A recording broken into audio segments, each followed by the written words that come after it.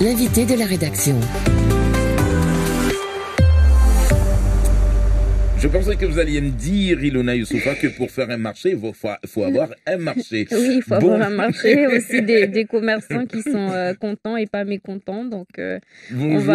Bonjour Kamar, bonjour à tous. On va avoir l'occasion d'en parler avec Jean Barège, puisqu'il est notre invité ce matin. Il est le représentant des commerçants du marché de Mamoudzou. Il est également le membre de l'association Oudifai Haki Zama Commerçant, qui a justement récemment lancé ce préavis de grève. On se rappelle, en début de semaine, les commerçants se sont mobilisés au port de Longoni. À ce sujet, Jean Barège, où en est cette mobilisation ? Bonjour d'abord à tout le monde, des gens qui nous écoutent.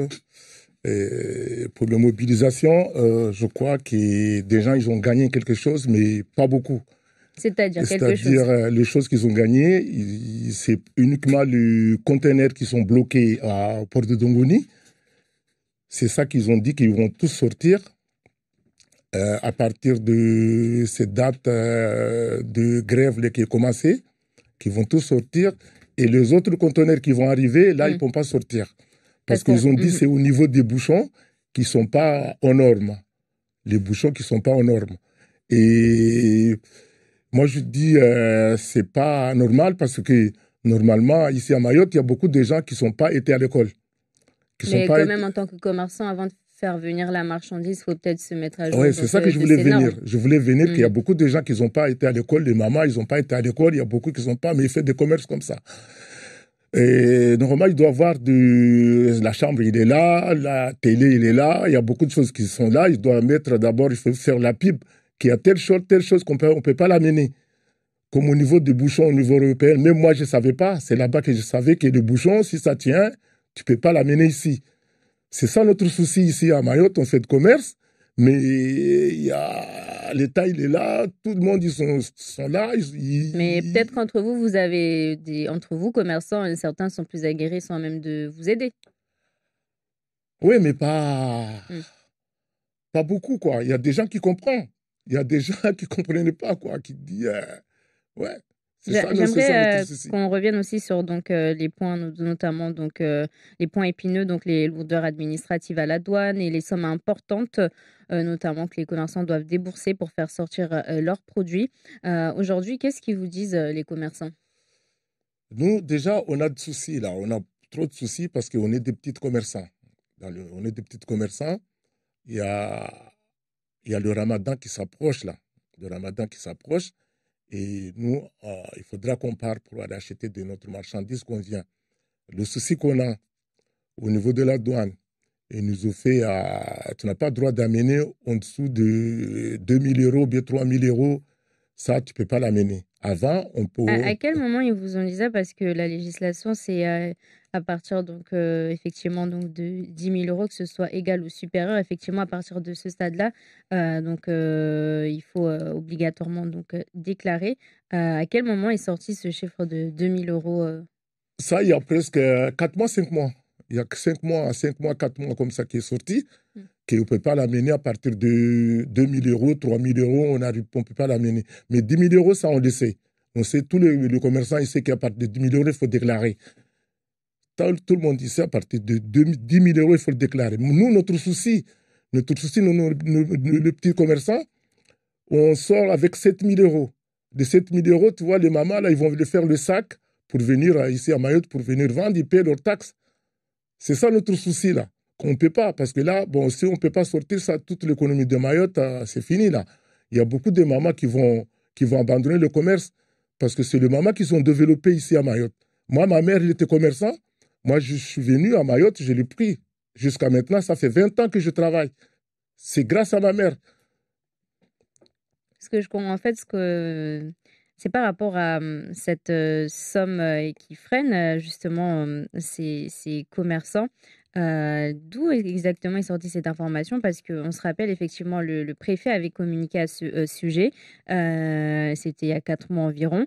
Mais il indiquait effectivement, c'était si toute somme ou égale ou supérieure à 10 000 euros, donc les commerçants étant en possession de cette somme, effectivement, ils devaient la déclarer à la douane.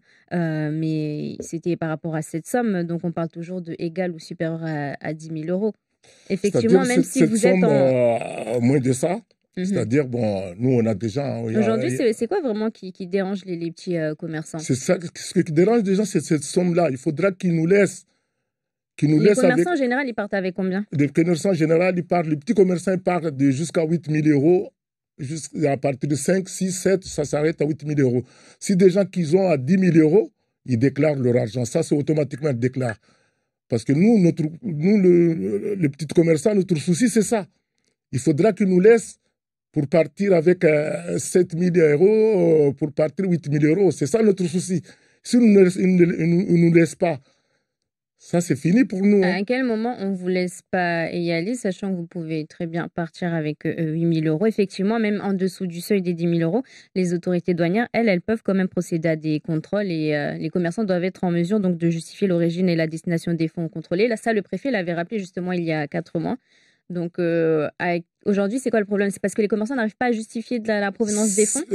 Le problème qui est là, au niveau de la banque aussi, je vais t'expliquer au niveau de la banque, parce que beaucoup de commerçants, il y en a qui ont des comptes à la banque, il y en a qui n'ont pas les comptes à la banque. Parce que tu sais, ici, pour ouvrir un compte à la banque, vraiment, il faut vraiment courir, parce que les banques, ils n'acceptent pas.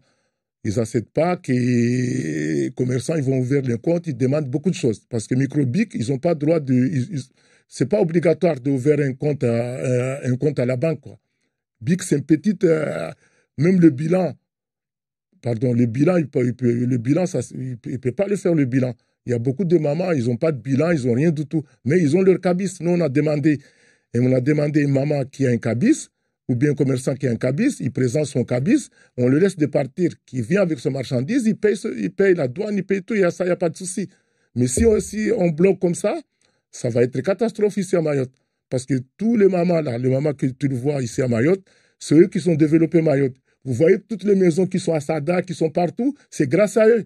Mais si il y a aussi le côté, il faut que petits commerçants aussi entrent aussi dans ce cadre législatif où il faut aussi qu'ils se mettent d'un côté, on va dire, un peu en règle pour pouvoir justement justifier de la provenance de l'argent. On est d'accord de ça, parce qu'on avait fait une réunion à la CCI. On est d'accord de ça. Ils ont dit qu'ils vont nous aider. Ils vont nous aider. Comme ça, on sort, ils vont apprendre. Comme ça, il faut faire ceci, il faut faire ceci. Ils n'ont pas fait jusqu'à maintenant. Ils n'ont pas fait. Il y a le Ramadan qui s'approche là. Vous les avez relancés? Moi, j'étais allé voir le service économique. Je lui ai dit, écoute, on avait parlé ici et toujours ça commence à l'aéroport de Petite-Terre. Ça commence toujours. Des gens qui passent, oh, bon, tu n'as pas le droit d'amener 3 000 euros, on le prend, tu n'as pas le droit de... Si. Et il y a des gens qui présentent leur cabis. Il y a 2 semaines, là, il y a une madame qui m'a dit qu'il a présenté son cabis, il avait amené 2 000 euros. 2 000 euros, on l'a fait arrêter avec 2 000 euros. 2 000 euros, c'est quoi? C'est rien, ça.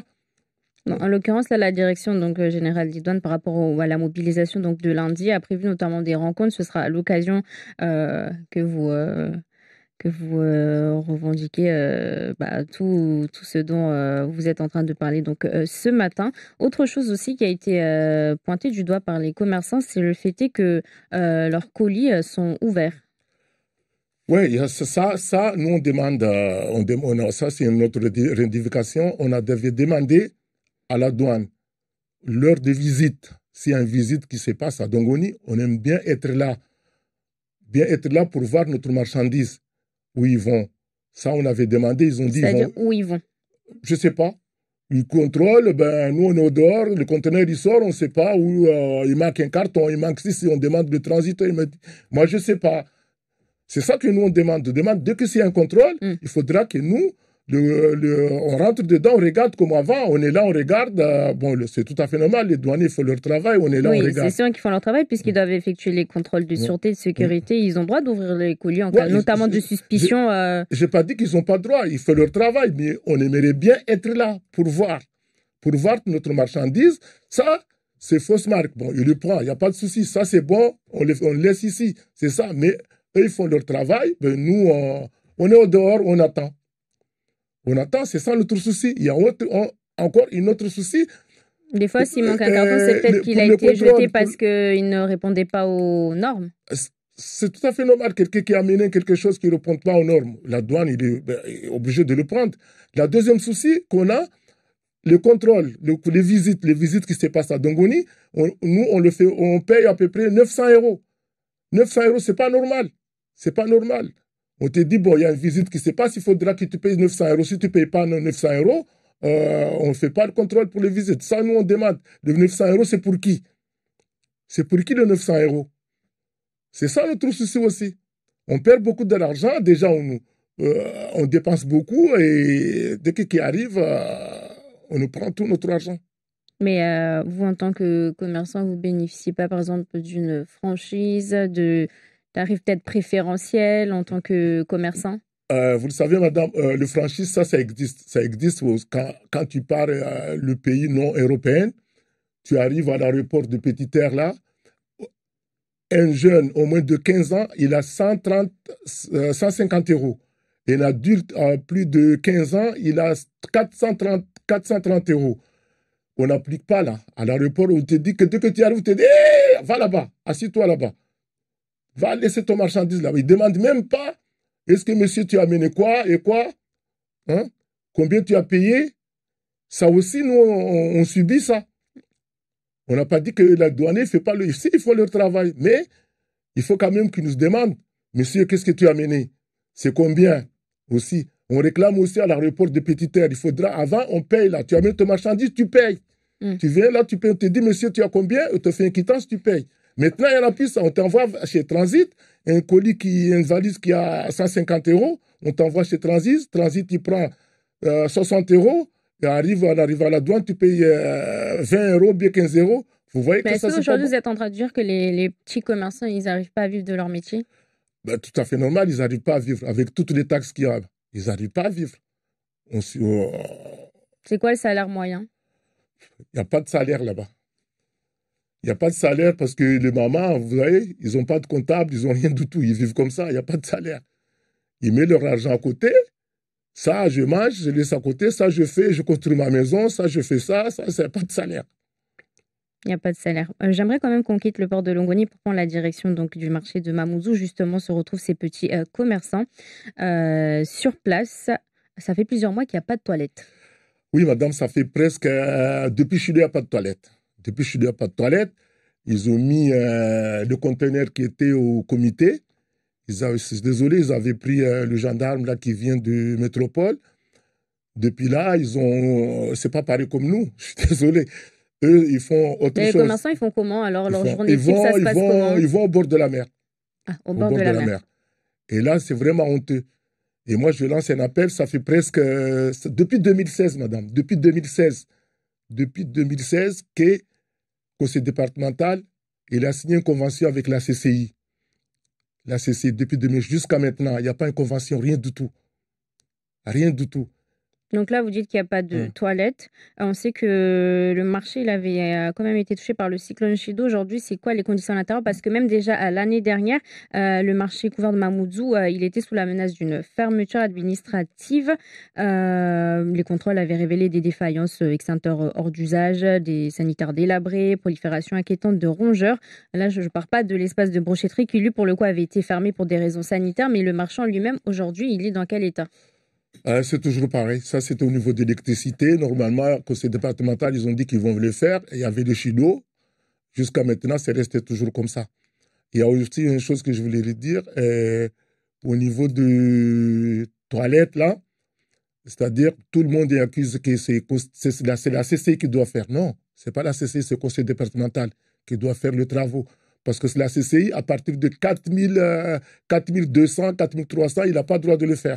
C'est eux qui doivent faire, c'est à eux qui doivent faire les toilettes. Mais peut-être que c'est aussi aux commerçants, étant donné que vous travaillez voilà, dans des conditions critiques aujourd'hui, outre la mobilisation donc, de lundi, pourquoi les petits commerçants ne se mobilisent pas davantage? Peut-être pour lancer justement ce cri d'alarme, parce qu'au final, ils vont au marché, on va dire, ils font leur commerce, or que les conditions... Moi, je le fais plusieurs fois. J'étais allé voir le DG, on m'a donné le devis, on m'a tout donné. J'étais allé voir le directeur de cabinet. C'était quand ça? Ça fait presque 3 mois. J'ai vu le directeur de cabinet de la conseil départemental. Il m'a dit, ouais, je sais, j'ai le dossier, je sais. Jusqu'à maintenant. Ça, c'est vraiment, c'est honteux, un grand marché comme ça. Des gens qui viennent, ils descendent au bord de la mer. Hein? Et des gens de Mamoudzou, le soir, des gens, c'est là qu'on reste. Ça sent vraiment mauvais là-bas. Vous parliez du mois de Ramadan, donc qui se prépare déjà maintenant pour les commerçants. Comment ça va se passer? Ah, ça va se passer mal parce qu'au niveau de la somme qu'on nous demande qu'on peut sortir, ben, on peut pas voyager. Et là, tout le monde, ils vont rester. Aerostral, il ne va pas gagner. Kenya West, il ne va pas gagner. Et nous aussi, on ne va pas gagner. Tout le monde, ils vont rester parce que ça, c'est pas bon. Ils vont tuer l'économie de Mayotte. Nous, on demande à l'État, au président du conseil départemental, qui nous aide. S'il ne peut pas nous aider, là, c'est fini pour nous. Vous disiez tout à l'heure que justement les commerçantes, dans leur grande majorité, vous le disiez qu'elles ne sont pas forcément allées à l'école. Mais comment elles font, par exemple, quand elles vont à Dubaï par exemple, prenons le cas de Dubaï, comment elles font pour se débrouiller sur place? Vous le savez mieux, mais les commerçants, c'est vrai, ils n'ont pas été à l'école, mais ils sont vraiment forts. Ils sont très intelligents. Au niveau, parce que tu peux parler avec les signes de main, et si, bon, ça marche. Il n'y a pas un risque de se faire arnaquer quand même? Non, ils savent bien. Ça se fait, bon, c'est vrai, ils n'ont pas été à l'école, mais ils savent bien calculer sur la calculatrice. Mais ça, tout le monde, il sait le faire. Il te demande ça, il prend, malgré qu'ils n'ont pas été à l'école, mais ça va. Et qu'est-ce qui justifie, on va dire, certaines marges? On va prendre le cas du Salouva, qui peut-être est acheté, on va dire, très, très à bas coût, on va dire, par exemple, à l'extérieur. Et quand il arrive ici à Mayotte, il est vendu à 150 euros, par exemple. Qu'est-ce qui justifie cette marge? Ben, ils ont fait leur calcul, hein, pour justifier ça. Parce que vous savez que ben, EIC, le maman, ils sont forts. Parce que bon, quand tu achètes des Salouva à 30 euros, il faut que tu mets le prix de l'hôtel, tu mets le prix du 30 euros conteneur. jusqu'à quand même 150 euros. Ça... Ah non, ça c'est un exemple que je te donnais. Mais je ne sais pas s'ils ont acheté à 30 euros ou bien 40 euros, je ne sais pas. Mais je te donne un exemple. Si ils achètent le Salouva à 30 euros, ils mettent le prix de l'hôtel, à manger, tout ça, il faut le mettre dedans pour avoir leur bénéfice. Moi, je ne vends pas de Salouva, je ne sais pas comment ils achètent leur Salouva. Et pour en revenir justement aux produits qui sont importés donc ici à Mayotte, parce que c'est pas nouveau qu'on entend que voilà les produits ne répondent pas aux normes. Il n'y a pas aussi un peu une, comment dirais-je, on s'entête à quand même voilà essayer de faire du forcing, on va faire venir la marchandise quand bien même qu'on sait qu'elle répondra pas aux normes. Tu sais, madame, ici, c'est normes européennes. Le produit qui ne correspondent pas aux normes, ça ne sert à rien du tout qu'on l'amène. Hein. Tout le monde sait que ça, non, parce qu'au final, ça arrive au port et ça passe pas les contrôles. Si des gens qui font ça, ça c'est leur problème. Parce que tout le monde, même les mamans, là, vous le voyez, qui sont étrangers, ils savent qu'Adidas, tu ne peux pas l'amener, Nike, tu ne peux pas l'amener, eux, ils savent. Toi, ils n'ont pas été à l'école, si tu montres le dessin, c'est ça. Ça, c'est Adidas. Vous voyez ce dessin-là, il ne faut pas l'amener. Barbie, tu ne l'amènes pas. Ils n'ont pas été à l'école, mais ils savent. Dès qu'ils voient, tu montres ça. Attention, maman, il ne faut pas amener ça. Il ne faut pas l'amener. Et vous, personnellement, vous êtes aussi commerçant, 9 mois après le passage du cyclone Chido, comment se porte votre business? Le business, ça ne marche pas. Ça ne marche pas du tout. Et là, on survit. Vraiment, on survit. Et là, bon, on n'a pas le choix. On est obligé de venir le matin. On reste comme ça. C'est-à-dire, on survit dans quel sens? C'est-à-dire, les gens n'achètent pas, il n'y a pas de clients. Les gens, ils n'achètent pas. Il n'y a pas de clients, il n'y a rien du tout. Si vous allez partout, même dans le centre-ville, même dans le marché, partout. Partout, il n'y a pas de clients parce que, bon, des gens, ils n'ont pas l'argent déjà. L'argent qu'ils ont, ils sont en train de construire. Et l'État, il ne donne rien du tout depuis Chido. Vous avez vu qu'il y a un Vous n'avez pas reçu d'aide, vous? Non. J'ai rien réussi, il n'y a personne qui a eu, même ma voiture est cassée. Il y a assurance, il y a tout. Je n'ai pas eu jusqu'à maintenant. Merci beaucoup. Le temps, il est écoulé. Merci beaucoup, Jean Barège, d'avoir répondu à nos questions. Et vous restez avec nous pour répondre à celles des auditeurs.